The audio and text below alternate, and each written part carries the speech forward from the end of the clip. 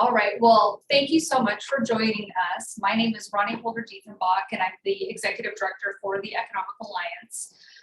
We are in the process of trying to put together some small business workshops that we think that's pertinent. We actually went around and talked to several different small businesses, and we're putting together a series, and this is the first of our series for this year. So we're really excited to have Sheila here today to talk a little bit more about social media best practices. For a lot of you who might not know, the Economic Alliance is the economic development organization for Okanagan County. And we also house the Small Business Development Center, which offers free confidential small business assistance. So if at any time, whether you have a business idea, whether you are interested in starting a business, you can contact us and we can work with you through that process at no cost. For those of you that are joining us, can you please sign in the chat and add your business, where you're from, and what you would like to learn today, and we'll make sure that we get those questions, and hopefully we'll be able to address some of those things through the presentation. And then going through the process, if you have questions, raise your hand or just add them to the chat and we'll make sure we get to them. So we'll go ahead and get started. We do have another business person or entrepreneur in the room with us who's outside of the video. She wants to be outside of video, but we want to go ahead and get started. So ready? I'm always ready. All right. Turning it over to Sheila. She's going to zoom on I'm going to zoom in a little bit, try to make myself the center of attention. So yeah, welcome to those of you who are here live, to those who are recording. There's one more coming in. Welcome to everyone, and hopefully you're going to find some great tips tonight that you can immediately take and start using. So that's the goal for tonight. If you have any issues hearing me, or if I start talking really fast because I get excited, let me know. It happens. But first I want to make sure that, there we go, it's advancing. All right, so about me, I've got blocked my face here. There I am. So I am born and raised Okanagan County. I always like to let people know that. Just because some of you are going to be from this area, some of you maybe not, but I've spent a lot of time here.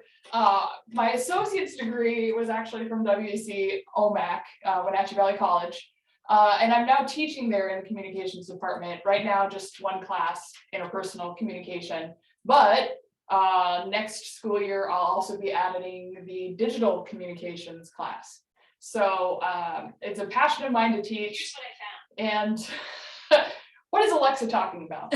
I got my bachelor's degree 15 years ago or so in journalism. And during that time, and between then and now, spent 5 years as a reporter with that journalism degree. I went and did some investigative work for our public defender's office. And then for the last 8 years or so, I've been doing public relations for agencies here in the Okanagan County area. And that's both as a business professionally and volunteer for several nonprofits.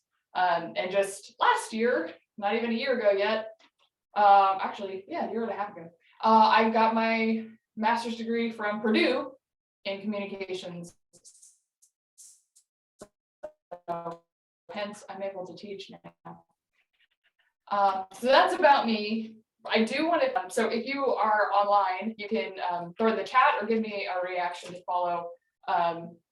So about you, if you own a business or you're working for a more traditional for-profit type of business, give me a thumbs up on the reactions or just type in the chat that you're a business. If you're working for a nonprofit, give me like a little heart reaction, or just let me know in the chat that you're nonprofit. I'm trying to figure out who's here. And then if you're something completely different, maybe you're a student or something like that, and you're just curious about this class, let me know. That's gonna help me know how to do the tips here. Thumbs up, okay. We got a business, we got a business. I see Logan there. Let's see. Okay. Trying to see. Oh, there we go. There's a chat. If I can get it to pop up. Student. All right. Cool. Good to know. All right. So then give me a thumbs up or a chat to let me know, are you already on at least one social media platform for your business or something professional or something like that? Give me a thumbs up. Okay. All right, cool. Are you terrified of social media? If you are kind of terrified of the idea of social media, let me know. But give me another thumbs up if you actually have employees or coworkers that you work with on social media as well, or that could maybe. Do you have employees for in your business? Or do we have, we might have one person shops here. There's somebody in the chat. Yeah. Yes, okay. All right, so some of you then probably already use some social media marketing tools then if you've already done this. How many of you are actually already using some sort of paid ads or something? That's all right. You have employees. How many of you are already using social media somehow for marketing or sales or something like that? Maybe. Give me a thumbs up if yes. Thumbs down if no. There's other reactions too, but a little bit. Okay. All right. So that just kind of gives me an idea. Some of the folks who might have signed up might also not even be on social media yet. So I just want to see what we have for the group tonight, but I'm going to guess that you're at least going to be similar to the others who are coming on board. So that helps me when I'm talking about this later. So, okay, moving on. I'm going to use this. All right, so some of you know these common terms. Some of you don't. So when I use the word platform, I'm just talking the type of social media. It could be YouTube, Facebook, whatever, etc. Hashtags. Not everybody uses them. Some people do. Some people don't even know why they use them. But it's intended to track a particular term and group similar items. So one of the things about hashtags that I always like to let people know of is be sure before you use one that you know what it's actually used for. There are terrifying examples of people hashtagging things with a hashtag that is not a group you want to be part of. When I mention blocking, I'm talking about denying somebody the ability to interact with your page entirely, right? If you don't know about Meta, Meta is the mother company that owns Facebook, Instagram, Messenger, WhatsApp, and probably a dozen other things. But those are the main social media platforms that they own and that to some extent you can manage together all at the same time. If I mention reach of a post, I'm talking about how many individual feeds that post pops up on. So if I reach 1,000 people, that means 1,000 people saw it on their newsfeed. And of course the feed is the part of the page where you scroll past other people's posts. And I always, the feed you scroll, it's like you're spooning this content into your mouth. You're feeding off of it, right? Likes and followers, people who choose to see what you post. Reactions are those likes, loves, whatever it may be. But interactions are different than reactions. When I'm talking interactions, I'm talking somebody clicked on a link, somebody shared your post, somebody commented on it. Those are the things you want to go for even more than reactions. A lot of people are interested in reels. Some of you have maybe already have done them. For those of you who haven't, it's a really cool, quick video post. Most people are going to do them on Instagram, although basically the same thing exists on Facebook and really other social media. And then a story is the quick video update or photo update, honestly, that it only posts for a certain amount of time and then it disappears, right? So there's all kinds of different things. I'm going to use these terms. I just want to make sure that we're all on the same page when I use them. And then for those of you who didn't know what those are, hopefully this helps a little bit. All right, so before anybody freaks out, I just want to remind you that everything on social media is not for everybody. And in fact, there is nobody who should be doing everything on social media. Unless your entire job is like a social media influencer, in which case, yeah, you probably are going to do everything. Yes, reels can be intimidating. We'll talk a little bit about that, actually. I just had somebody today ask me, how do you do a reel? But yeah, not everybody's going to do reels. Some people are, some people it's just fun and you can play with it, whatever. But the main point is everything is not for everybody. So I'm not going to tell you get on all the social medias and do it now every day, because that's just crazy talk. All right, that no one can really do that sustainably. What we're going to do instead is we're going to find 1 or 2 action items that we can focus on and let the others wait for later. So maybe it is, I'm going to learn how to do reels, but maybe you're not even on Instagram yet, right? And you need to set up a plan and that sort of thing. Okay, so we're going to talk about 1 or 2 action items and what hashtags to use. Yeah, great questions too. That's something we can talk about for sure. So take a deep breath, don't freak out. And then we're going to start getting into this. All right. So first section of our discussion tonight is which platforms to use.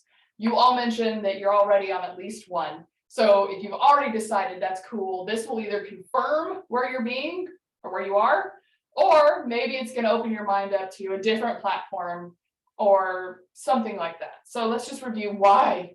Why? Oh, and hint, it's not going to be all of them. Those are not the ones that you're going to use. Not all. There we go. All right. So I'm going to move this back over again. I'm going to move you guys around a lot. So we're choosing wisely. We're not just randomly picking to be on a platform because the platform exists or because some random person told us to, right? So unless you're a mega corporation, and mega corporations are on just about every platform, you really need to decide based on, these are the basic factors that, oh, got one other person coming in. These are the basic factors I would use and I would recommend you use to actually decide whether or not you want to add a platform or stay on a platform if it's not performing well for you. Okay? Hi, welcome. All right, I'm just gonna make our faces a little bit bigger here. All right, so we're just talking about which platforms to choose, all right? So if you have already chosen this one, again, it should be happy or help you to decide whether it's still the best place to be or if you need to add or take away. So number 1 is, of course, what's the most popular, and not necessarily what's the most popular in the United States, but what's the most popular where your target audience really is, okay? So if you are, let's just say you sell dresses out of a shop, okay? Obviously, your target audience is people who want to buy dresses, right? It's not everybody. It's probably not your grandpa. Probably not. It might be, but it's probably not. You've got an idea in your head of who your target audience is, right? So maybe you sell wine, right? You're not going to be marketing to kids, right? At least I hope so, because that's illegal, right? So you need to think about who your actual target audience is and where they're at. What's most popular with them, okay?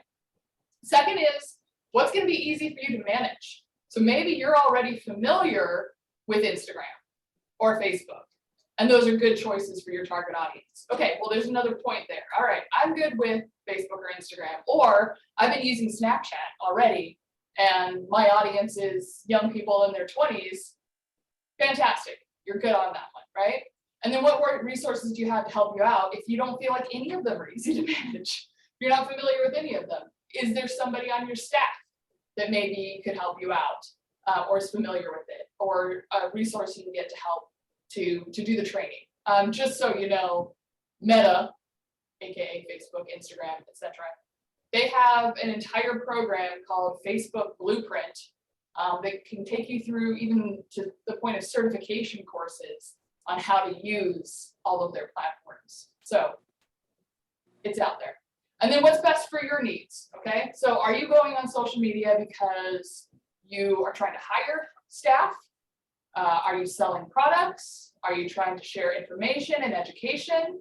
Because certain platforms are better for those different needs than others, right? Now, all of them can do this to some extent, but you got to decide what you really are trying to do for you and your needs.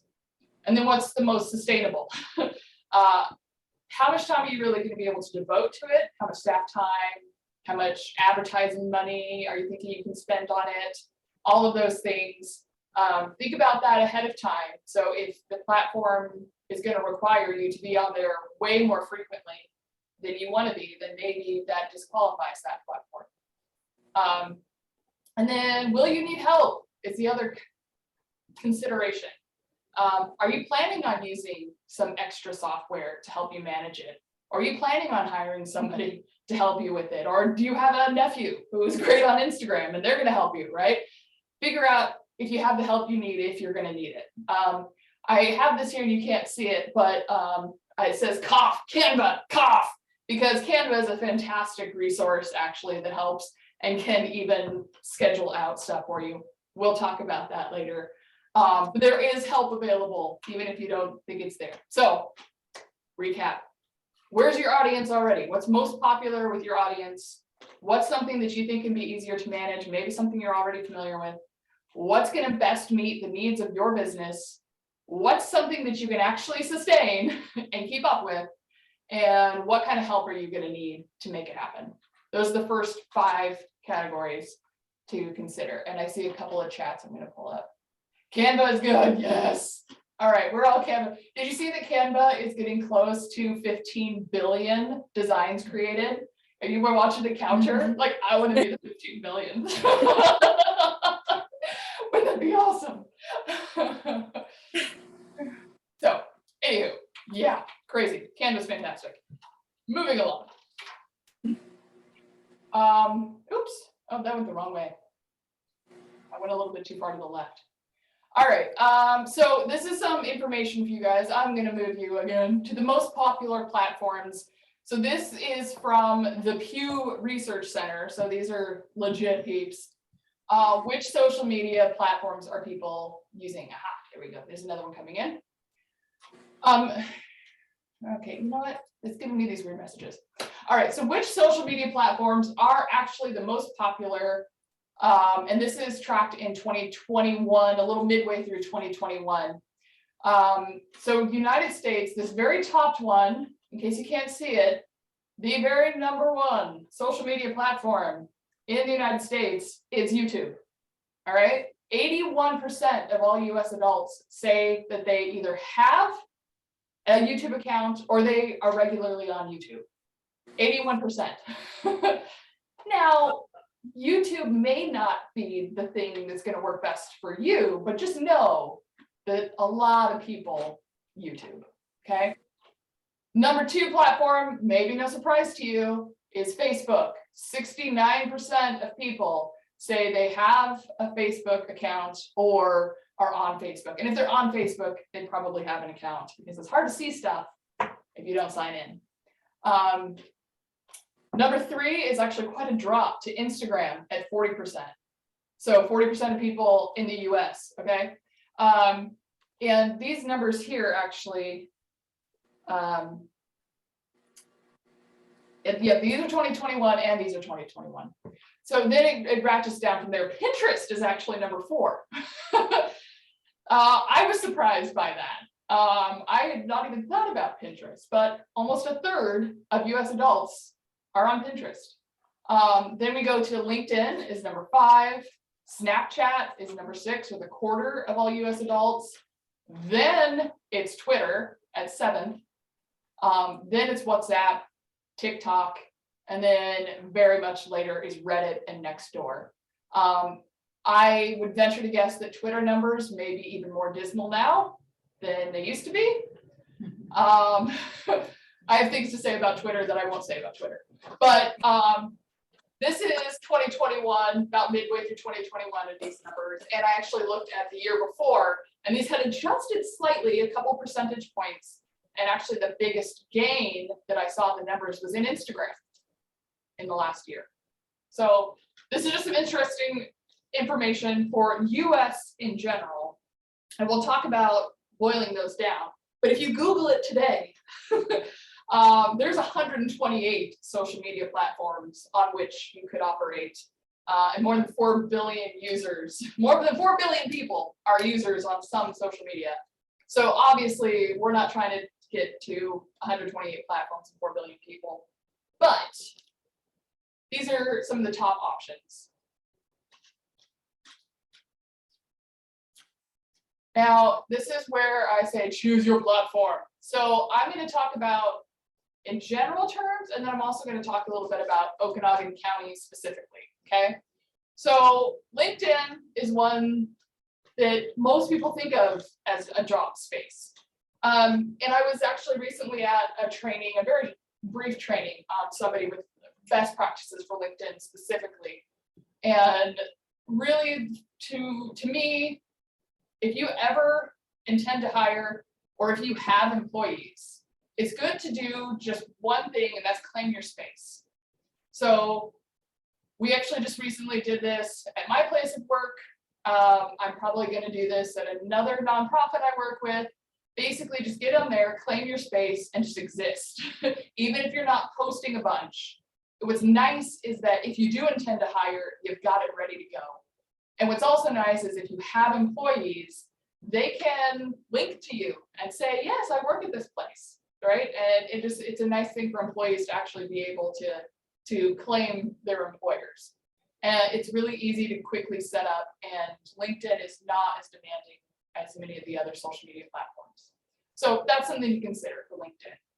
If you hire a lot, or if you really want to push out some company culture type things, then yeah, make a plan for how to use LinkedIn, but I just recommend claiming your space. Instagram is one of the more growing platforms out there. It brings in a younger audience, but it actually bridges the generations quite a lot. A lot of people who are on Facebook are also on Instagram, but it doesn't necessarily go the other direction. Not everybody on Instagram has a Facebook. And especially when you're talking people in their teens and 20s, they're going to spend more time probably on Instagram than Facebook. But Facebook is very popular. As we saw on the slide before, 69% of US adults have a Facebook. Whether they use it or not, who knows? But they've got one. And it's especially for people in their 30s and older, especially more 40s and older. But obviously there's a lot of stuff you can do with Facebook. And both Instagram and Facebook can be great for product sales. Instagram's better for those really bright visuals. They're going to draw people in because it doesn't emphasize text so much. Facebook is more, you're going to emphasize text a bit more, and it's maybe a better place for education or informational purposes. Then Twitter, if you must, by all means tweet.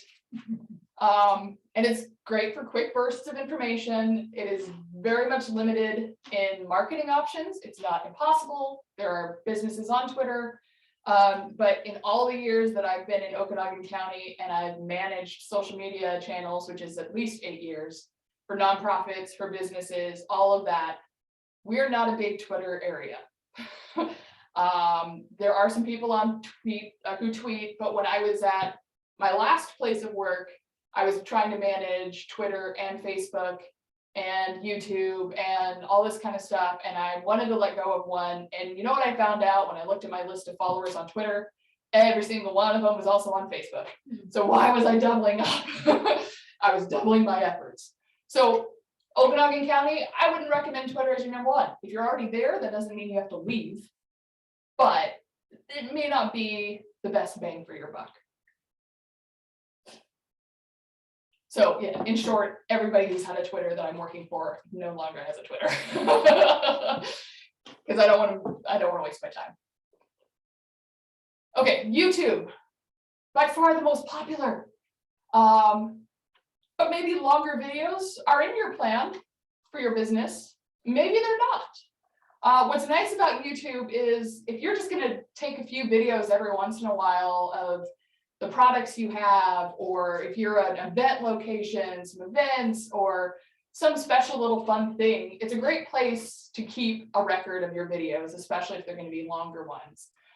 It's fine to just have a channel, and YouTube, like the others, yeah, you could post a video every week, but you don't have to. I use YouTube, but it's mostly every once in a while I have some video campaign, but it's not something that I'm going crazy after, right? But it's a nice place to have some things. So maybe you want to do YouTube, maybe that's something you can skip. Pinterest is an interesting one because it's a great place to get inspiration for your business and also give it to others, and maybe along the way, find a few new followers and customers who like some of the stuff you share there. So it might be a great opportunity depending on what you're selling or what your business is, right? But it may not be the best option for you. If you're doing homemade items or something like that, maybe home decor type stuff, that might be a great place for you to be. Snapchat is still probably the most popular among teens and some young adults, especially teens. And maybe that's part of your target audience, and maybe you have a young employee who's already on Snapchat, maybe you are. It might be something to use, especially since things disappear on Snapchat. It's good for if you've got some special sale today or some special thing on the menu today, and it's only for today, Snapchat can be useful. And then of course I could keep going on and on about all of the et ceteras. I'm not going to be the first person to tell you to join TikTok. Have fun if you want to. Be aware of lawsuits and legislation currently underway involving TikTok. So I wouldn't necessarily recommend you join TikTok just right now. But one of the great things about TikTok or about Instagram is you can share stuff across, right? You can do exactly what you do on TikTok on Instagram or other places, pretty much, essentially. There is Nextdoor. I don't see it a whole lot in Okanagan County, but I think there are a few neighborhoods that do Nextdoor. But for the most part, that's not a place for marketing. It's really a place for community watch, that sort of thing. Some people use it, not everybody. WhatsApp is actually one of the biggest internationally popular apps, and I use it to communicate with my friends in Zambia, in Africa. So there are purposes for it, but that might not help your business. And then there's so many others. There are literally more than 100 others that we could talk about. But these are going to be the ones that you're most likely going to consider, or that somebody's going to tell you you should have. And those are just kind of some overviews of pros and cons and things like that. So what I'm going to do now is we're going to do a little activity check-in, okay? So now we've talked about all this stuff, all right? So I want you to just write down or take a note on your device, whatever, 1 or 2 social media platforms you think you should use in your business that you aren't now, or that you've considered using that you aren't now. If you're already using a platform or platforms, then write that one down. And then underneath that, or those, write down the main reason why you think that platform is going to be the best for your business, okay? And I will scroll back a little bit on those other ones, just so in case you were wondering. So I'll hang out on this one: LinkedIn, Instagram, Facebook, Twitter.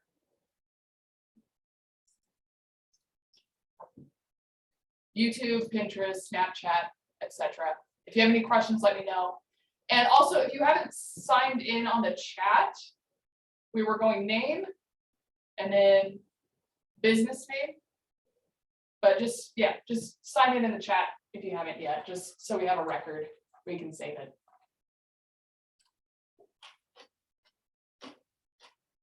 Nice. All right, so if you have a ton of platforms you're using, choose a couple. Or maybe your favorites, and the main reasons why that platform is the best one for your business, or those 2, or whatever. And then I'm going to get up and stretch because this is how I do it. I have to move And you can move that thing, it goes up and down, so if you want to stand up. Oh, then- weird. Yeah, it'll go up, Let's so see. you can Okay, stand up. let's just play around with this thing. Hey. It's like a stand-up desk without the desk. Wow. Take my chair out of the way so I'm not collapsing things. All right, so this is just our brainstorming session. Give you a couple more minutes. There we go. Thanks for signing in.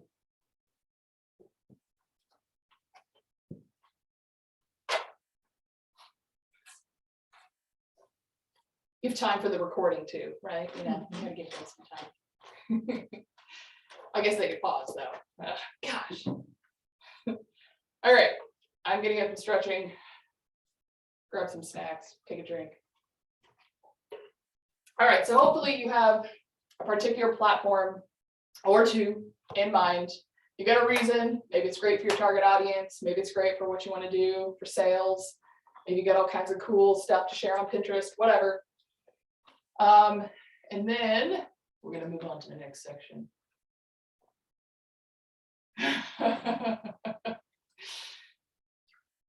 All right.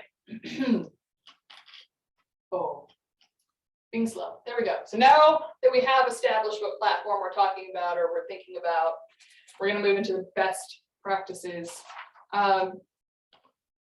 So here are the tips that I have for any platform, no matter which one we're talking about. Exactly your goals are going to change depending on your platform, but these are the general operating procedures which I recommend. All right.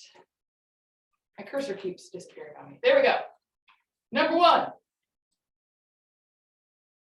be consistent. So every single platform has its own recommendations for how frequently to post to get the best bang for your buck, the best reach, the best audience reactions, all that kind of stuff. So you can check those out. Most of them are probably not what you think. So you can follow that frequency or close to it. For example, Facebook and Instagram do not necessarily recommend daily posting. It may work for your business, but what they're going to tell you is typically 2 to 5, depending on what you're trying to do. If you have a restaurant and you want to post your daily specials, then post daily. But if you are a small business, you sell clothing and housewares, maybe you just want to post every week to say, what are the sales this week? Or what are the featured items? Maybe it's just weekly, maybe it's 2. I recommend usually on most platforms, probably 2 or 3 a week. But whatever you're going to decide on, make sure, again, it's sustainable and you can be consistent with it. So try to follow that goal. Be realistic about those expectations. You may get excited and say, I'm going to post every day. But if you really don't think that's going to happen, don't make that your goal. You don't need to pressure yourself into something that you're not going to be able to keep up with. Because more is not always better. In fact, sometimes more can deviate from or distract people, can distract people from the messages you want to get. So if you're posting 3 or 4 times a day, they're going to miss 2 or 3 posts because they only see the new ones, right? So too much is not actually going to help you.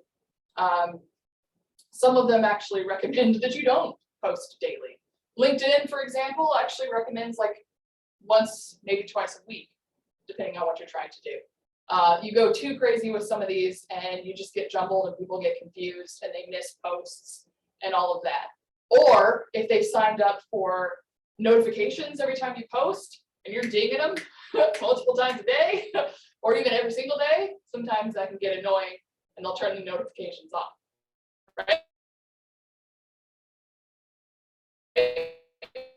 So you got to find the sweet spot for your customers, for your needs, and based on the platform. Whatever you do, make sure that you're able to be consistent. So that's number 1.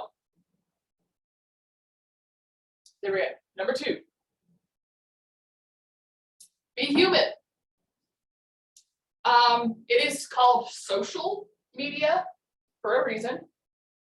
We cannot be social unless we are people. So use a personal voice. Don't be afraid to share about yourself. Let your staff share a little bit. share the history of your business, the culture you live in. Use some humor. I mean, you have to be careful about humor. I'll show you some examples later. But use some humor. Remark about the weather. I mean, all of these sorts of things. Don't try to make it look like a bot posted it for you, right? Make it look like human because you are a human. And be real, be honest. I want to share with you the law of puppies and babies, okay? This is unequivocally, and this is even in really strange industries. I work in the utility industry, okay? Even my friends and colleagues who are posting on social media for utilities or for some of my favorites at the US Army Corps of Engineers, Washington State Department of Transportation, anytime any of us post things with cute puppies or kittens or fun animals, those are the posts that we get the best reactions from. And if you just had a new baby or grandbaby, or there was a cute couple of twins in your office or something like that, if you are allowed to post cute little babies, cute little puppies, animals, the things that people say, oh, guess what? Not only are you appealing to the humanity in us all, but actually people are more likely to pay attention because they love that stuff.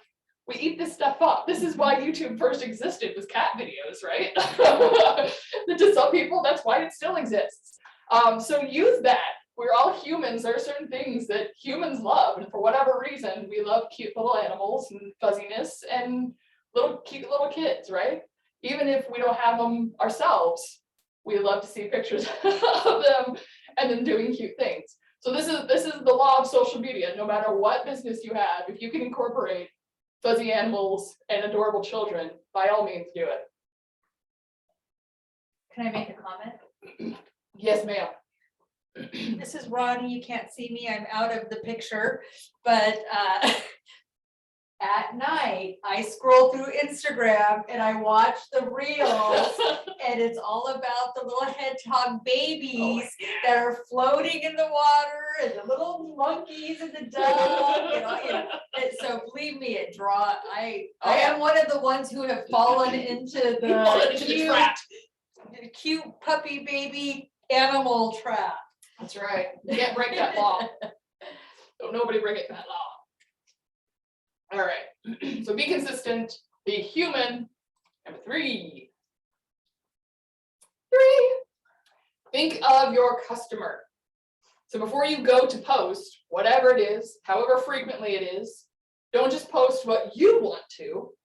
Ask yourself, what does my customer want? Right? And this is the biggest thing, is that phrase in the middle. How does your product, your information, your whatever it is, solve a problem for them? I'm going to show you an example of this later, okay? But it's basically the idea of, you can say, gosh, I got to get rid of all of these soaps. I got way too many soaps on my shelf, or something like that. And so you say, okay, I got to get rid of these. I'm going to throw them on Instagram. But that might not be necessarily what people are looking for right now. If it's the dead of winter and you need to clear out some inventory, think about, okay, what do people need right now? What are people looking for? How does this solve a problem for them? So it's not so much, I'm going to post pictures of these mittens so people buy them. It's, you're going to remind people, it's freezing cold out there. You know it. I know it. Guess what? I have tons of gloves for you right now. You're going to remind them of the problem, and you're going to provide a solution with your product or your information. Okay. So even if it's information based and you're trying to let them know, if it's Economic Alliance or something like that, right? I want people to take advantage of this program. First, you remind them of the problem they have, or the thing that you know they need that maybe they're not thinking about at this moment. And then here's your solution. You may not word it exactly that way, but you might say problem, super cold weather, solution, really fuzzy gloves, right? You might do it that way. And that's got a little personality, a little humor, a little whatever, right? And so that ties things together. So this is how you want to post, even if it is, gosh, I got tons of soaps. I don't know why anybody wants soaps right now, but I'm going to figure that out. And so when you post, You're not just gonna post, I have cool soaps. It's gonna be, are you working hard on that, spring cleaning right now? Wash up with this fantastic soap from your whatever, okay? You get what I'm saying. You get what I'm saying. Okay, and then when you are able, share some testimonials or examples from other customers, okay? So even if it's the mittens and hats example, maybe you have a customer come in and they buy the whole set and a coat, and you say, can I take a picture of you and share it? And maybe they will bundle up for you and be happy and say, problem solved, right? Here's Felicia, and she just bundled up, and if Felicia's able to share it and tag you, that sort of thing. Those are the things you want. You want to have real people add to your humanity, add to the example of, hey, guess what? We solved somebody else's problem. We can solve yours. So you're thinking of your customer. Remind them of how you can solve some problem for them, okay? So that's number 3. And I have a 4th. And this is one we're all afraid of, pay up. I recommend, not every platform is the same way, of course. It depends on what platform you're on. But if you're trying to sales and market, plan some amount of budget for paid advertising on social media. It's likely going to be worth it. And even a small amount can go a long way. I think the most I have ever thrown at an ad is $100 in the 8 years that I've done this. I'm usually a $25 to $40 kind of girl every couple of months, okay? So I'm not saying you gotta throw $100 bills all the time at something, but start planning a little bit of a budget. And when you're planning that budget, choose which post you're gonna pay for. So you're gonna look at your timing. Do you have a big holiday sale coming up? If you're all about landscaping, when's the first day of spring? Maybe first day of spring, you're going after it. Whatever the case is, pick the timing and the subject matter, something that's really important. Again, not just to you, but to the customer. Something that's really important might be it during a certain time.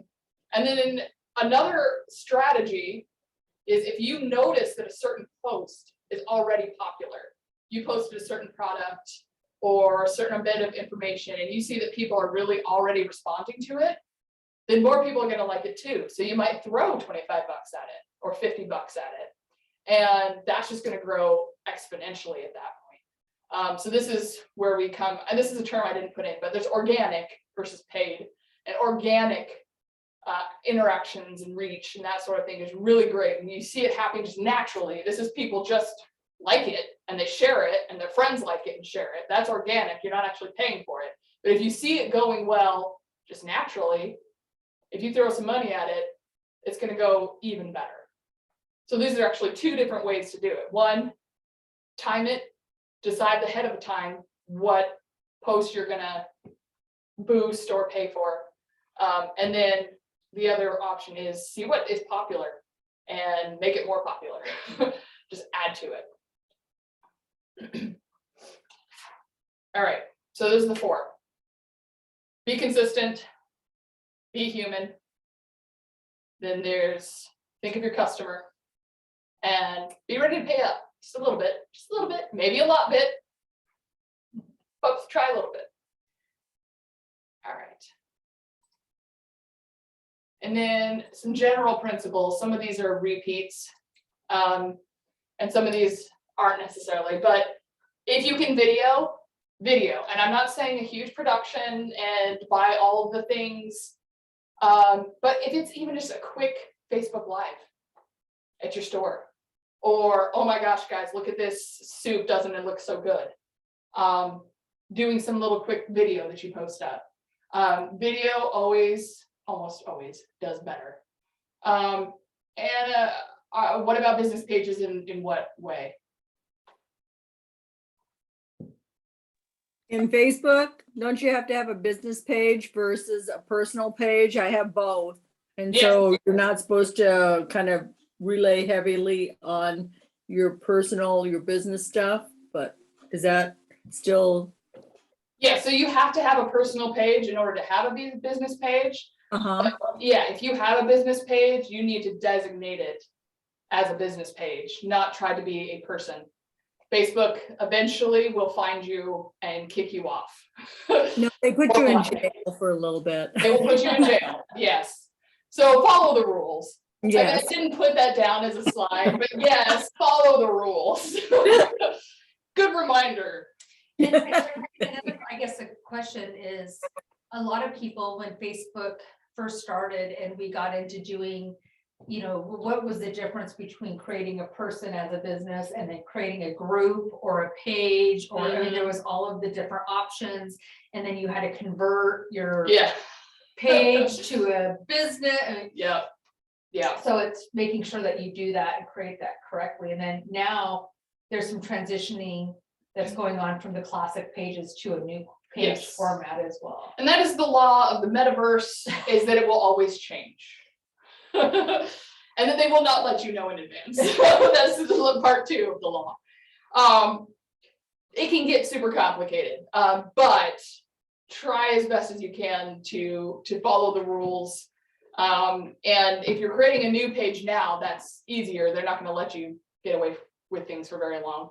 But if you have a legacy page or something that's been there for a while and maybe it's not quite the right format, you can get help from Facebook. Believe it or not, there is Facebook support.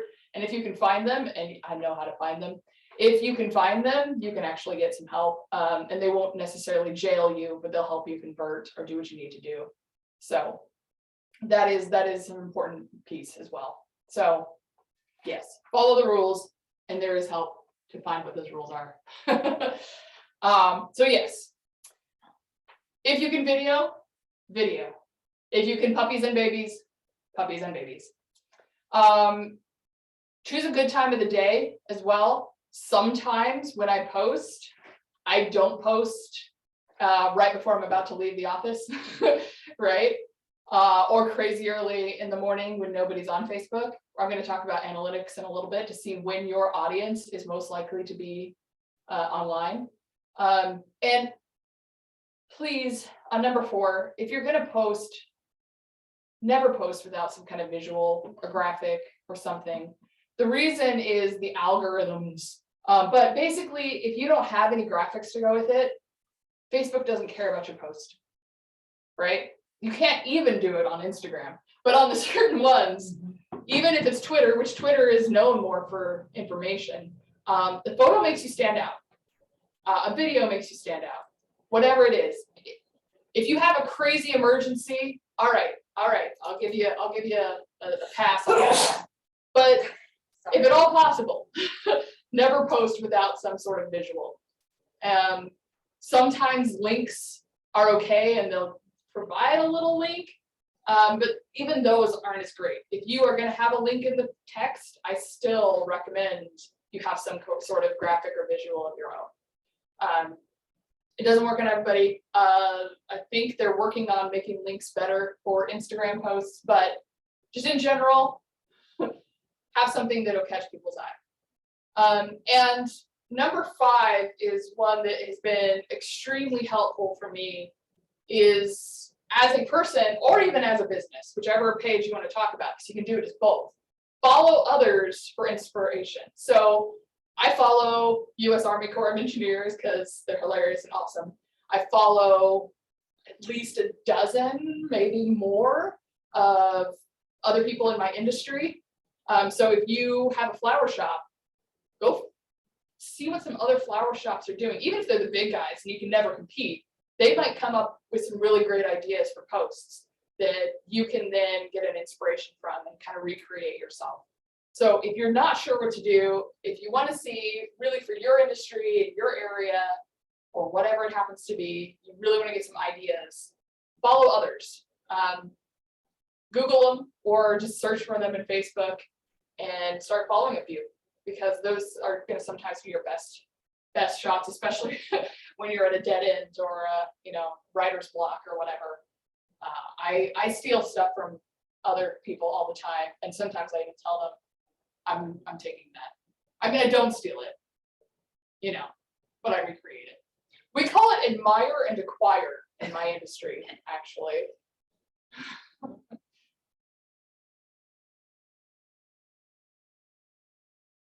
All right, so how do you know what's a good time for you to post? How do you know what is actually getting popular that you should keep working on? I manage OVOX social media. It's not been a long time I've been doing it. I'm still kind of experimenting with it a little bit. But in your insights in Meta, for example, there are other analytics and other platforms. I'm just going to show you this one as an example. I can go in and I can see how my content is going for the last month, right? And so I can see my top performers. We just opened a dress shop, basically. It's called Second Act Shop on Main Street. And so I have a couple things I did to announce this. Now, on this one, I posted a cute graphic and it reached 980 people. I got 22 reactions. That's not bad. That's not bad at all. But then I look at this one when I posted photos of the actual items and tons of them. Look at the reach compared. Look at the reactions compared. I don't think it's going to let you see the comments because this thing, I don't know how to get that thing to disappear. Maybe I can get it to disappear in here somewhere. Sometimes they do disappear on their own. Anyways, there's quite a few more comments, quite a few more shares on this one as compared to this one. I think this one just has 1 comment is what it says, and 11 shares. And this is 15 comments and 29 shares. Okay, so then I look at that and I say, well, what's the difference? What did I do differently? Well, I posted a bunch of photos. I had some fun stuff in here. The way that I worded it may have had something to do with it. Maybe it was the day I posted. Maybe it was the time I posted. I posted them about the same time of day, actually, so it probably wasn't that. But then I can start seeing what are most popular. Now, I can also look up here. And this one right here is a paid ad for our concert coming up this weekend. Now compare that reach, which is money, to this, which is not money. I did not pay for this. Okay, so that also enlightens me as to what kind of content people really like, right? And so that's going to inform me, okay, I need more photos of what's really happening. Yeah. How am I going to incorporate that to the rest of my ads? Maybe it's the verbiage, the way I do things, all this kind of stuff. And I'm going to try to see if I can recreate that, because that is so much better than that. And if I do this organically and then pay for it, well, then who knows where my numbers might go. The other thing I can look at on analytics, I can start seeing trends and things like that. So I can see on a certain date, oh, my reach was really bad for a while, but there's something I did on January 30th that people really liked. Okay, so what was the post that was so different that it made people interested, right? And I can track these days and all this kind of stuff. There's a lot of stuff I can watch and see. There's another one in, I think it's the audience tab and other places where I can see what time of day my audience is usually on and interacting with my posts. So if I see that people are checking my stuff over the lunch hour, then that's a better time for me to post. So maybe next time I post, I'm going to post cool photos of what's actually happening around the lunch hour, right? And that's how I'm going to figure out the best way to do it. Did you have a question that you unmuted for, Anna? Yeah, sorry. That's all right. I'm on Facebook trying to find where you're at. Where am I going to find this information? So if you're on a computer, I'm guessing. Yeah. Okay. So if you're in the business suite somewhere, you're going to see it under Insights. It's usually on the left hand. There's a set of places you can go. The little dots and everything. Yeah, there's an Insights is what you want to look for. If you're actually on your page, I think it comes up on the left hand side too. There's some menu items. Because I'm trying to, what you're doing is very, very interesting. I did not know on that, and that is good information to know. Yeah. I'm not seeing it. Business Suite, is that where you're going? Yeah, if you're in the business suite, if you're actually on your page and you're signed in as your business, then it's going to show you some more of those menu items. Okay, no, it was as my home. It was on my personal, but I went to the business. Cool. Well, I'll just kind of go on? Sorry to interrupt. That's all right. Yeah, if you need some help, I can also try to like take some screenshots of what I do, where I go. And it is different if you're on a computer or if you're on a tablet or if you're on a phone. So these are actually screenshotted from my phone. Because I have the Business Suite app that is easy to toggle between all the different organizations that I manage social media for. So anyways, if you can find the analytics on whichever platform you're on, pay attention to those, because then you're not flying quite so blind when you're planning your next post, right? All right. So I'm going to show you some other examples here real quick. So we talked a little bit earlier about voice and being human. I'm going to minimize maybe a little bit over here. So I want you to see all of these. Okay, so I mentioned that I love Washington State Department of Transportation, Portland District US Army Corps. Some of the different companies, big companies, have some interesting things that they do. Now, I want you to guess. These three are all real posts. One of the attempts here out of these three was taken very badly, and the company had to apologize. I want to see if you could guess which one was the one that people did not like, that made people angry. Because all of these have some attempt at humanity or personalizing or the law of puppies and babies or something. Is it the Carrie Fisher one? So the first one is when Carrie Fisher passed away, saying, rest in peace, you'll always have the best buns in the galaxy. WSDOT was right after Betty White passed away. WSDOT has named all their plows, and they had a plow naming contest, and Betty Whiteout won. And then in Portland District, US Army Corps made a cat calendar where they basically photoshopped cats with all kinds of equipment and on dams and all this kind of stuff. And it actually went kind of viral and ended up being, I think, CBS or ABC, one of the main national stations picked it up. And yeah, it's Today, whoever has Today, I can't remember who it is. But anyways, which one do you think went over badly? You think Betty Whiteout? I think the Carrie Carrie Fisher one. Fisher? Yeah.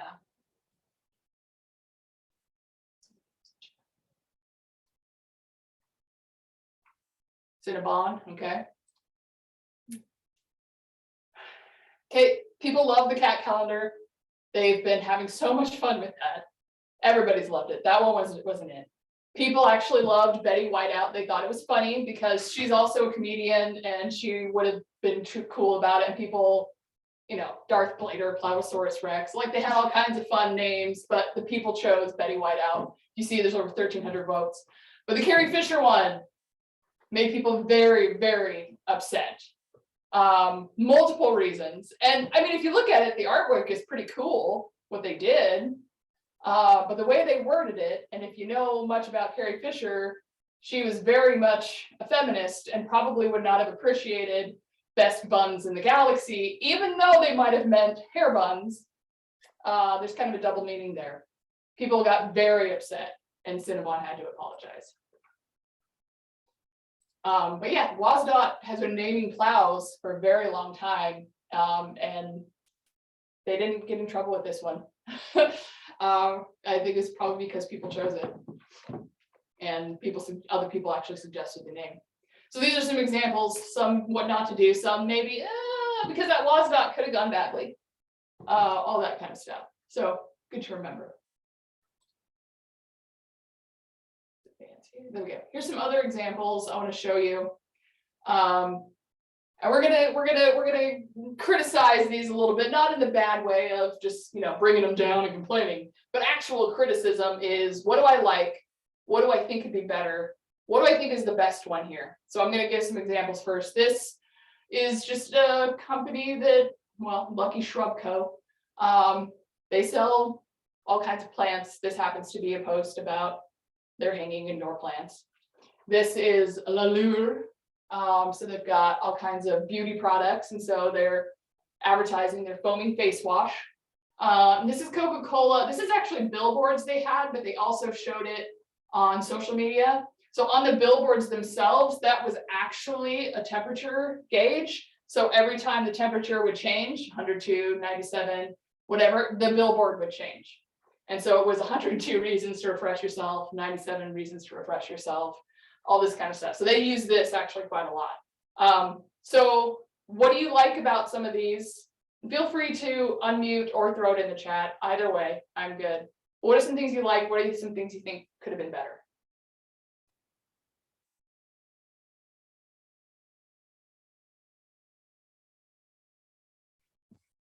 Well, the first one, I like the concept they did, but I don't like the safety concern with the plants next to the edge of the steps. Right, plants on the edge of the steps, which it looks like doesn't actually have a railing on that side. So that's an interesting observation. The other part is it doesn't highlight the plants and how they necessarily, I mean, why would I want to buy those plants compared to somebody else's plants that might look like they're fuller or nicer or better? But yeah, for featuring the plants, they're not really featuring the plants. No. I like the Coke one because it's giving new information all the time. So people are going to be looking at it with fresh eyes every time going, I wonder what the temperature is right now. Yeah. Mm-hmm.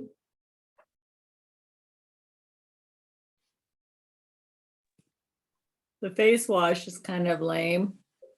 Yeah. I call it generic. Yeah. Yeah, okay. Because it's in the hands. I would say a foaming face wash would be washing your face. That's exactly what I was thinking too. I mean, and then, sorry, coming out of 2 years where everybody has to wash their hands 20 Yes. Yes. Yeah. We're talking face wash, not another sanitizer. And see, this could have been, so like I can think of, okay, what could this have been, right? So the face wash. hand sanitizer. Yeah, the face wash could have been, you could have jumped into the law of puppies and babies where you had a little kid because your face wash is gentle, cleansing away oil, makeup, dirt. You could have had a cute little kid washing their face with that face wash. Yeah. You Yeah, know? all the crayons on their face and their wash your face. Right? And then, what is Lucky Shrub doing to remind me of why I need a house plant? Well, not really anything. So maybe we're got it closer up with the plant. Maybe we're enjoying it. Maybe we even have a cat playing on the edge of the branches, warning. Right? Something to evoke emotion. But when I look at the Coca-Cola ads, the first thing I do is kind of laugh a little bit, right? It's like, oh my gosh, right? Because what's the emotion that you're invoking? What's the humanity that you're reminding them of? What's the need that you're fulfilling? Some of them, okay, like, oh yeah, those would be cool. It'd be cool to have some hanging plants on my stairs. All right. Yeah, I'd like to be clean. I like face wash, why would I go to McDonald's? Maybe I'm not going to go to McDonald's, but it makes me want a nice drink, something refreshing when it's 100 degrees out. That's There you go. That's my dinner. Right, but all of them, there's opportunities, and none of these are necessarily like what I would say bad posts, right? But there's opportunity for improvement, right? So why do you choose certain angles or certain items to feature? How do you word it? Bring some peace to your home with their hanging indoor plants. Okay, but if you're going to say our clinic perfecting foaming face wash gently cleanses away oil, makeup, and surface, that's what I want to see it doing, not filling a hand, right? So matching. Always thinking, what can I do a little bit better? What can I do maybe more human? What can I do to meet somebody's need more? All right.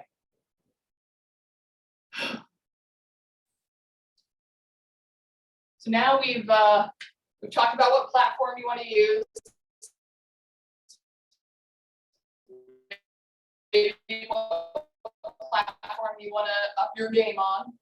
We talked about or when you post or what you post.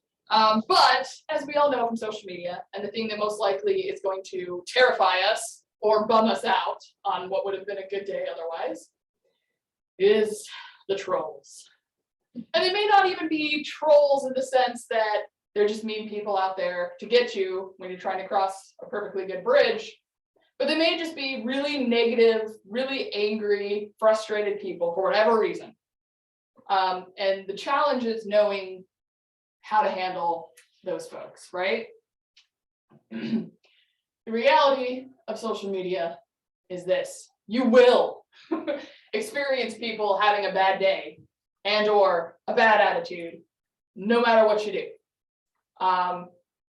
There's the most random things that you can post about, and somebody's gonna find a reason to be mad, or they just happened upon your post and it's not even related to what you posted, but they're gonna tell you what they think, right? Trolls are everywhere.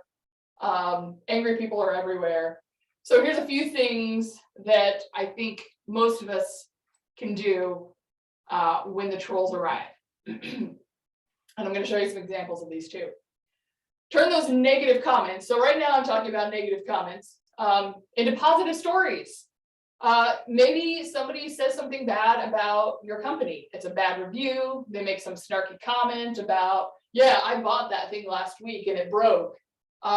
Maybe it's a complaint about a particular experience they had when they were at your shop. Whatever it happens to be, some negative comment can actually be a chance to show your true character, your company's true character, and the true character of the troll, by the way. Sometimes we get a little bit upset because we're like, oh no, someone's gonna think all of my stuff is bad, or that I'm a bad person, right? But the reality is sometimes all trolls do is show how trolly they are, and it actually doesn't affect anybody's opinion about you. However, it's still a good opportunity to potentially respond. I want to show you these examples, and again, I'm going to minimize this guy for a sec. So here's somebody who doesn't like McDonald's, Anna, unlike us.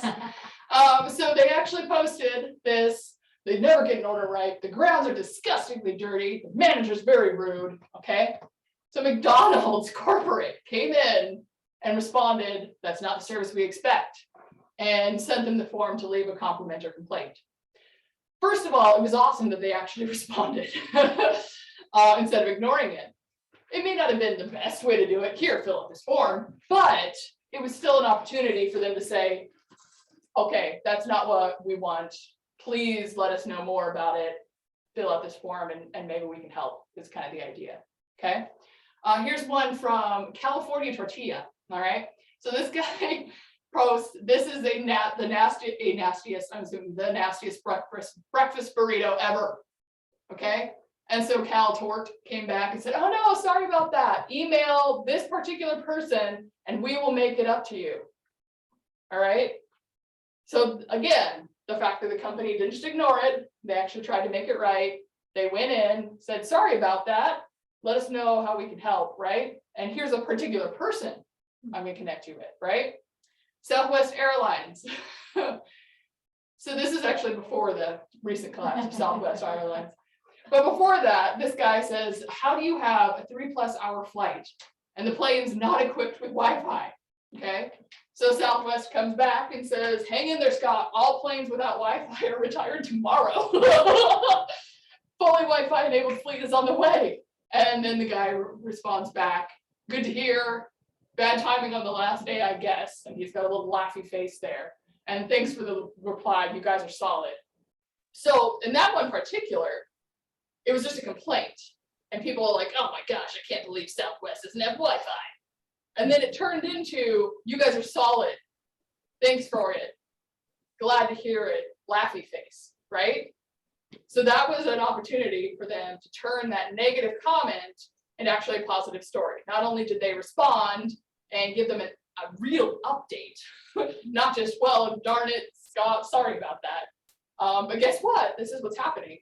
But yeah, it actually turned the situation around, and whether this guy was a fan before or not, we don't know. Maybe he was just upset. He's already a fan, but he was only posting negatively. And now either he's turned into a bit of a fan, or he's actually showing his true character being, oh yeah, I'm a fan of you guys. I'm just frustrated, right? So these are some great examples of, number one, being kind and not defensive, right? So you're not saying, for example, our burrito is the best. Are you kidding me? What's wrong with you? Your taste buds are broken. right? You're being kind, not defensive. And then 2 of these are actually taking the conversation a little bit off social media, right? So it may still be digital online in the sense that this is a digital feedback form or this is an email, but it's actually taking the conversation elsewhere where it's actually more likely going to result in some sort of solution or something like that. You know, So these are great examples. the Facebook media platform for businesses when you're trying to get a point across is a great platform because they do scan it and continually want to keep their reputation above board. Because when I was doing short sales and loss mitigation, I couldn't get through to people. I'd go on Facebook and I would tell them, hey, you know, what is going on? You know, you guys don't care about the people. We've got this going and foreclosures and I'm not getting a response. Boom, I'd get a call, it'd be done and resolved. You know, but you just can't bash them personally to take it, but you have to go wake up, smell the coffee, what is going on? And, you know, and I'd ask, is anybody else having this problem with Bank of America or Wells Fargo or, you know, and people would start chiming in, they would be on that like real quick. Yeah. And I think it's partly because it is a really good example to show your character and the other person's character. And it's a really good opportunity to make a quick connection, right? That quick connection. So whether you're the, I guess whether you're the customer or the business, it is an opportunity for that.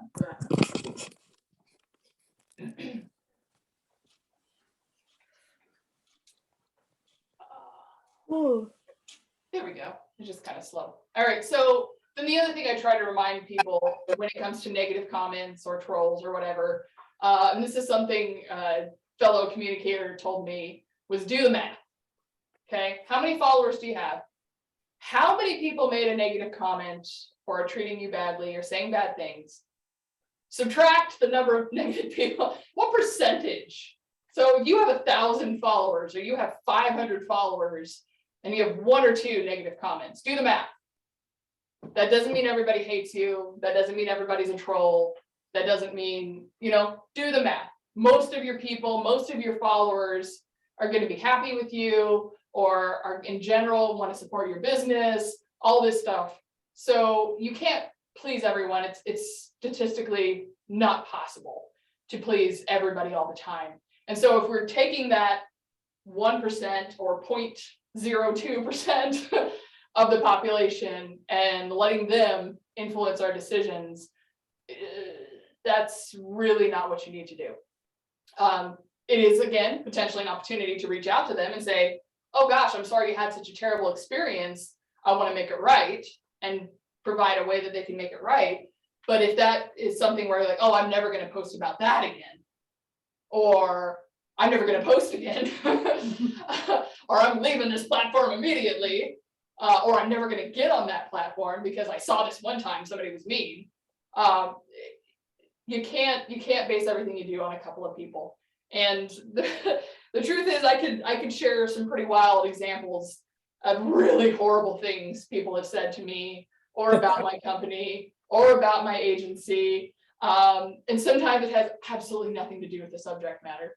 But sometimes people have just made up their minds to despise something or someone.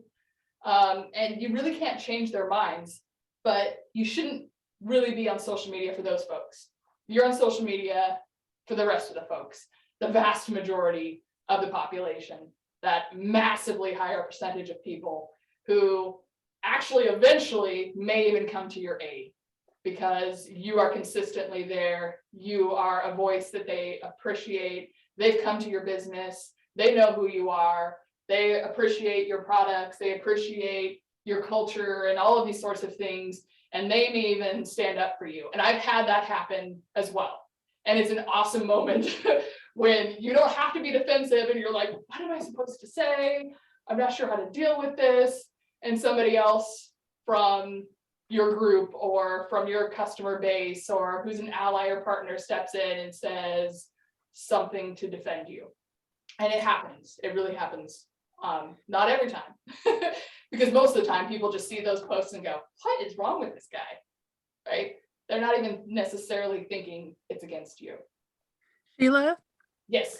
I had a question. Like I have on my personal page before, but not my business page, sometimes blocked or deleted the comment because, you know, like sometimes will go on a political rant over something that, you know, so I personally have done that, but I've never done it on a business page because I've never had to. But is that something that you would do? Well, you should say that. It's coming in the next couple of slides. Oh, I okay. did that today. I did that today. So here, let me talk about that real quick, Dina, because that's an incredibly important point. Okay. This is a response guide. Okay. So I'm going to minimize you guys again real quick. So this is something I've gotten from my industry, and I've kind of tailored it a little bit more. But if the post is positive, it's free from anything objectionable, that's going to be a vast majority of your posts. If that's true, you can like that post. Maybe you reply with, thanks, I'm so glad you liked this, or you had a great time. Maybe you throw them an emoji or a GIF. Maybe you say, hey, Sheila, I'm so glad you had fun camping out this weekend in our park.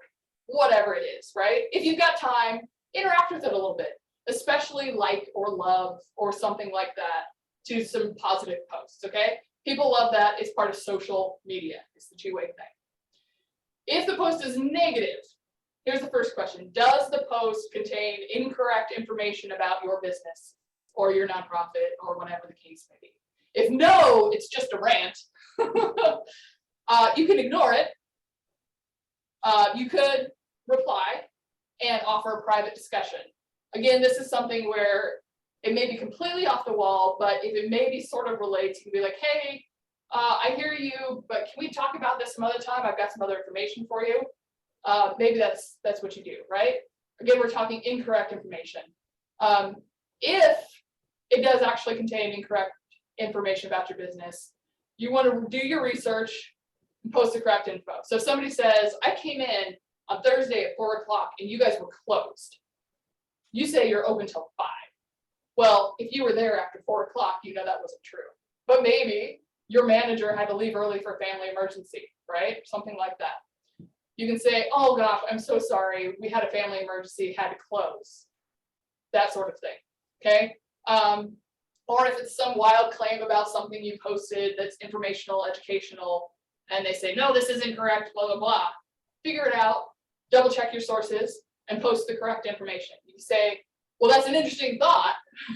You told me. If you go to this, yeah, if you go to this source though, this tells you something different, right? You're going to post the correct info. So you can, in a sense, it's not being defensive in the sense that you say, you're wrong, we're right. But you say, that's an interesting thought, but here's the reality. And you give them the right info. But Sheila, you told me you were gonna give me 50% off my electrical bill. I I did not. I seen that on your Facebook page. Actually, Ronnie, that would be a gift of public funds, and my RCW would support. Oh, Let me link you to the legislative website. yes. So that would be what I would do. Next question, does the post contain advertisement, some irrelevant or maybe competitive product, someone spamming you? If that's the truth, delete it. Even I, as a public agency, when I'm working under that official, I can delete spam. Anybody can delete that stuff. And that actually goes potentially for political type of information as well. It can be considered spam, especially if it's from a particular site. And you can find out for sure if it's a bot, usually, if you go to their page and they don't have a whole lot of followers or friends or things like that. You can delete that all day long. You don't need to start a fight. Does the post contain offensive language, inflammatory statements, something nasty, mean? If so, screenshot it first. I always recommend this. Screenshot it first and then delete it. If necessary, block the user. You may know this person, you may not know this person. Maybe they're just having a bad day and you're like, well, they used this word or said this, but maybe they're not the worst person in the world. I'll give them another chance. It's completely up to you. But if you're going to delete a post, I screenshot it first just so that I have evidence. I actually use a social media archiving service because it's public records. Everything that I do on social media for the PUD is public record. So I don't have to screenshot it. It's actually instantly taken up. But for those of you who don't have that, screenshot. But then there is the question, does the post contain threats? Statements that are really concerning or could be criminal or alleging maybe even slander or something like that. Again, screenshot it, delete it. And depending on how you feel, go ahead and block the user. As a private person, as a private business, you have the right to do this, okay? And you're gonna get this slide later to get you some information about it. But what I can note for the when to block question is it's a free country, but only the government and public agencies are required to allow any and all free speech, right? So on certain sites that I manage, I actually potentially cannot just block people because they used a swear word, right? Or because they said something mean about us, right? That's part of free speech. So I don't do that, but you guys are private, you're personal, it's your place. You're free to turn people away for the same reasons that you can in person. If somebody walks into your store or your office and is swearing or upset or whatever, you have the freedom to turn them away. You have the same freedom to turn them away on social media. And if they violate laws or make threats or other things like that, cyberbullying type activities, screenshot and delete. And if you feel you need to block, especially if point 3, they consistently show that same behavior. And sometimes if I've blocked somebody in whatever capacity, I might actually reach out to them and let them know. I might say, listen, this was unacceptable. You've done this multiple times. I'm gonna have to block you for now. I hope you understand. Done. I don't always. I have though. But in bold, you are allowed and obligated to protect yourself, your employees, and your customers in person or online. Cyberbullying is a thing.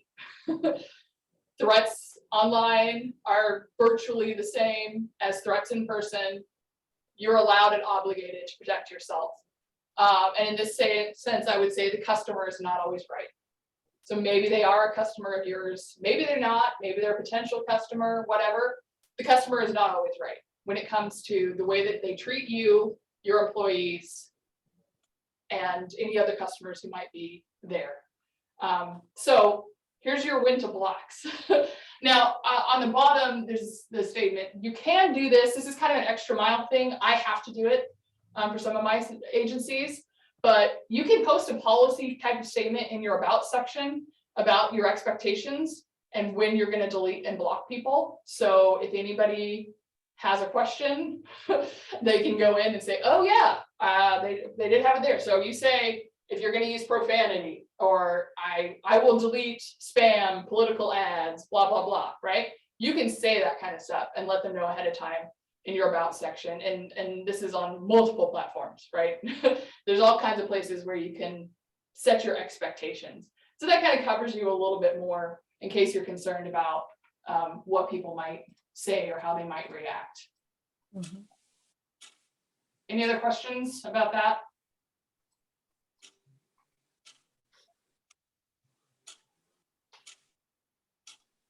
All right.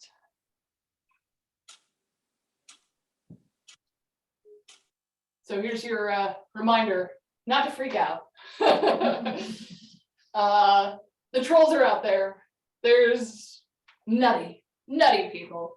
I mean, we all are a little bit nutty from time to time. But we're back to our notes. All right. So we've got the platforms we're thinking about. We've talked about some best practices. We've talked about how to deal with trolls. So go ahead and write down on your notepad or whatever Something that's one of your biggest takeaways. What's something that you are like, I need to do this right now? Maybe there's one or two things, maybe you got a good list going. Go ahead and make that list of some ideas. Maybe you're like, I need to incorporate more puppies in my posts. Maybe it's something along the lines of paying for ads or deciding how many paid ads or to try it out. Maybe it has something to do with a troll that you've been dealing with and you're like, I'm gonna go block that person. So write a couple things that you can do pretty much right away. Something. Because I want you to walk away feeling like you have some steps to take. Oh yes, analytics. Yeah, maybe you want to go dig into your analytics. Yeah, absolutely. That's a good place to go. Sheila, Yes. I know we talked a little bit about it on our interview that we did, but can you, and I don't know if you're gonna approach it, but especially when you're talking about LinkedIn and some of these other sites, is there compatible programs that we can get on where we post in one location and it goes across? Yes. And is LinkedIn, you know, because I know with Meta, you could do Facebook Right. or Instagram, but is that something we can tie into that? So there are sources. So if you are wanting to have things outside of the metaverse, so if you were going to have, for whatever reason, Twitter and LinkedIn and Instagram, those are not in the same family at all. But there are other sources out there. I can't quote you prices, but I know a lot of people who use them. There's some things called Sprout Social is a big one, and Hootsuite, and I can type those in the chat real quick, actually. So these are basically social management programs where you can basically you link everything into it, and then from there you can say send this to this site and this place at this time.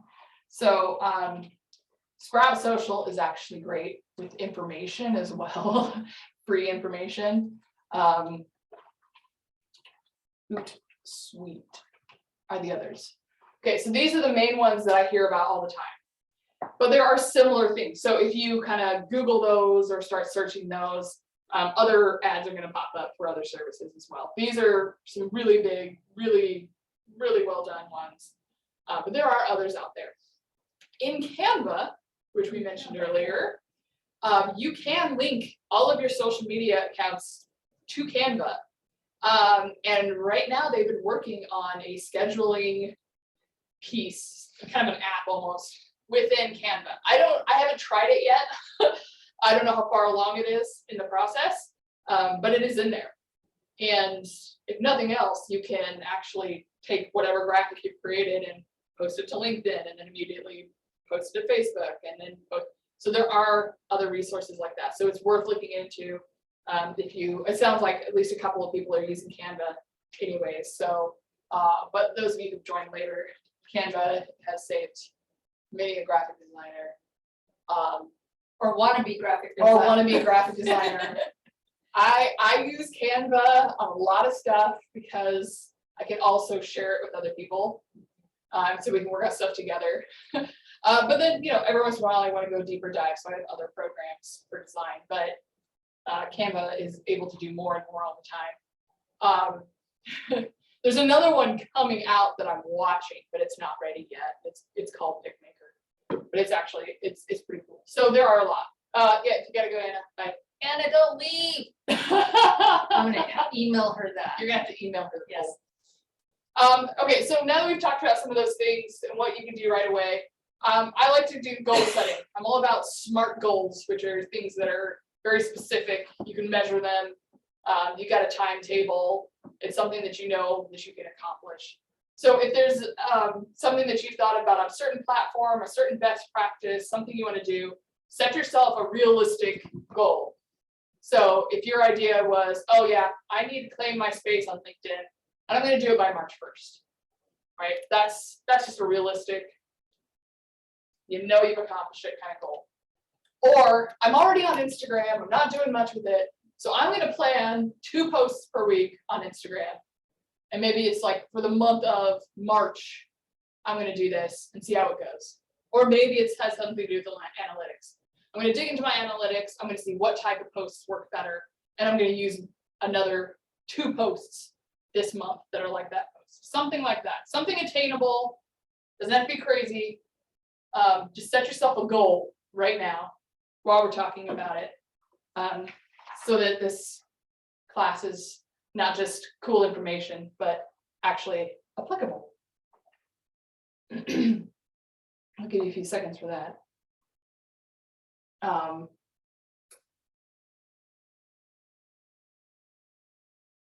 then I wanted to talk real quick because one of the questions that came up in the preview on Facebook Live was about geofencing, because we talked about other ways to market that are not social media. And this one is, social media best practices. But geofencing, I did look up some sites. There's not a whole lot of locals who will help you with geofencing. But what geofencing does is for mobile apps, and sometimes these posts onto social media. So it might hit somebody's Instagram or Twitter feed or whatever.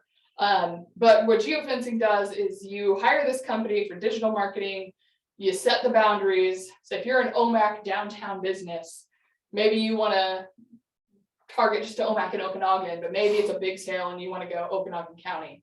Or if you have a big event coming up, you're the OMAC chamber or something, you have a big event, you might geofence and say, I want all of Okanagan County. You hire this company and they push this ad out to every mobile device that is tracked in that geofence. So suddenly you're playing Words with Friends or Candy Crush, and there's an ad for the OMAC Stampede, right? And maybe you're not even from the area. Maybe you just came in and you're visiting, going camping somewhere, and a local ad pops up. That's a geofence. And you decide the boundaries and how frequently it pops up and what the ad is. You can have them design it for you, no doubt. The closest company I could find was out of Wenatchee. It's actually NCW Life. I talked to them right after we met, and Yeah, we're talking about it. I was like, I knew it was an NCW Yes. something, but they do it. They do geofencing and lots of other digital marketing tools. And the budget could be all over the place. You can go crazy with it. I know some people who have geofence literally hundreds of thousands of dollars worth of ads. I don't think anybody in this area is talking about that. Yeah, the other agency I've seen that actually worked with some DNR type stuff for some of their wildfire stuff was Sinclair Digital out of Seattle. And last I heard, they had a good reputation. But the Seattle area, I like to keep it close. So NCW Life is a great one. I think I know some people who've had some good experiences with them. And I have a contact person for small businesses. If anybody's interested in that contact, just reach out to us at the Economic Alliance and I can provide that to you. It was a definitely interesting conversation. Yeah. And it was, they have podcasts that they also include the information into and push your ads as well. So it's definitely an interesting concept. Yeah, we're sluggish right now on this camera. I was gonna say, are you looking at the table? You're looking at my There we food. go. Hi, I'm coming back down here. Okay, so I just wanted to leave time for questions as well. So if anybody has any other questions, please feel free to throw them out there. I'll watch the chat too, but you can unmute yourself as well. There's a chat.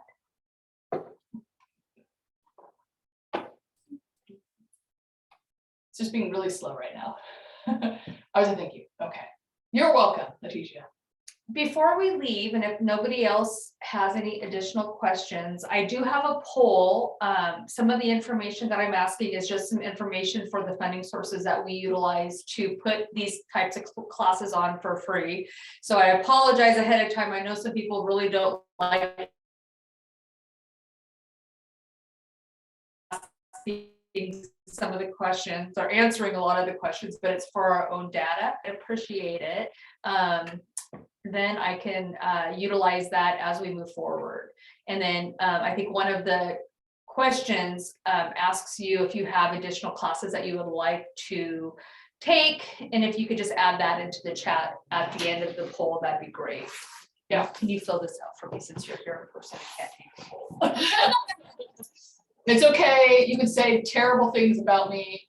I won't look at them personally. Ronnie will just. let It's me know all bad things. anonymous, so we don't know who it is who's actually doing I mean, it's like a 1 in 3, you know, but it gives us that ability, so. Yeah, So Dina, can you see the poll? Yeah. Okay. hopefully it's minimize this, yeah, so hopefully they're seeing it.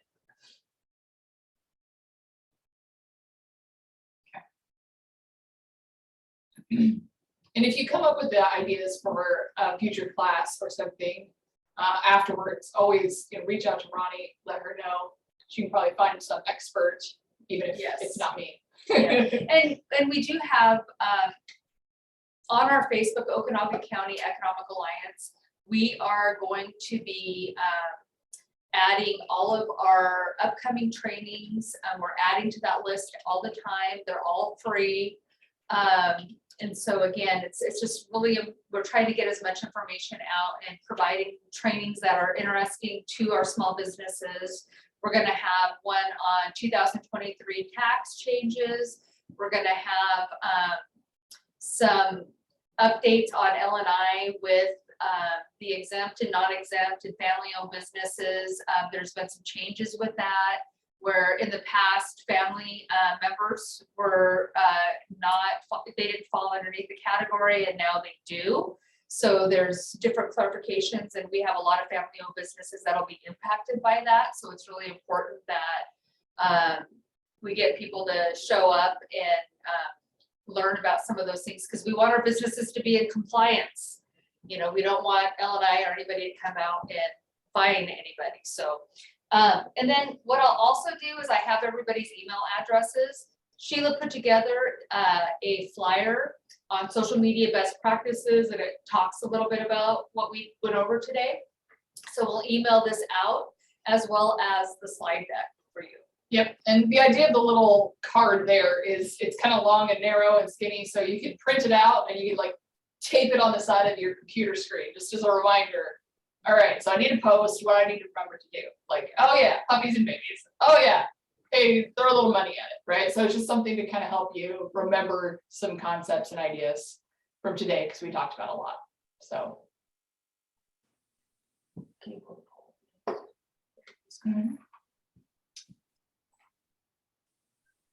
All right, sounds good. Well, thank you all for attending, and we know we're 10 minutes over our scheduled time, but again, this was very important information, I think, that we all need to know as we move forward, especially if we're small businesses or anybody who's interested in running a social media page for a business. So yeah. Thank you very much, Sheila. We loved your presentation and are so happy that you were here today to do it for us. So Thank you so much. It was good. All right, thank you, Dina. Thank you. Right. We'll see Bye. you. Bye. Can you end the poll? Yes, if the cursor will start. I working, know. I will end the It's the- poll. I think it's It could be. Okay. All right. All right, then. You want to cancel the recording? Oh, yes. Finish.